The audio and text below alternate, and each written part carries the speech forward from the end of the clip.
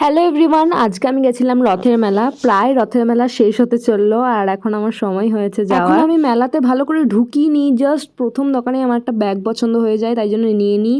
আর তারপর খেয়ে নিলাম ফুচকা। আর এই শো পিসটা দেখো কি দারুণ। অ্যাকচুয়ালি আমার ফোন রাখার জন্য যে ব্যাগটা আমি নিয়ে যাই সেটা আমি নিয়ে যেতে ভুলে গেছি, তাই জন্য একটা কিনে নিয়েছি।